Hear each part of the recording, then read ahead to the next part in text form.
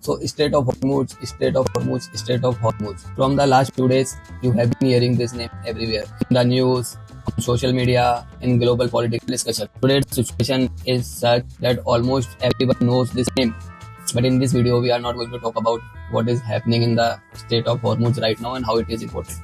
Instead, today we will understand something more important from a logistics perspective. We will understand what is a strait, what is a bay, what is a canal, and what is an ocean. Because if you want to understand global trade, shipping, and logistics, you must understand the difference between these four. Let's talk about a strait. A strait is a narrow natural water passage that connects two large body of water. For example, the Strait of Hormuz. From a logistic perspective, you can think of it is a natural shipping corridor.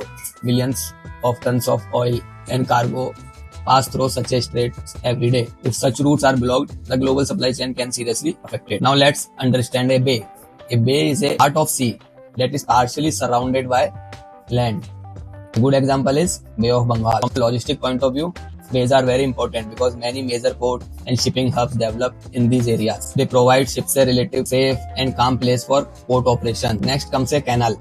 So a canal is a man-made waterway, just like man-made highways. It is built by humans to connect two seas or oceans so that ships can take a shorter route. Two famous examples are the Suez Canal and the Panama Canal. For logistics, canals are extremely important because they can save thousands of kilometers of travel distance. That means in lesser time, in lesser fuel, and lower shipping cost. Finally, let's talk about oceans. Oceans are the largest bodies of water on Earth. Examples include the Indian Ocean and the Pacific Oceans. Around 90% of global logistics operations, sea operations, are done through these oceans only. So in one simple logistic sentence, the ocean is the global highway, the bay is the safe port zone, strait is a narrow gateway, and canal is man-made shortcut.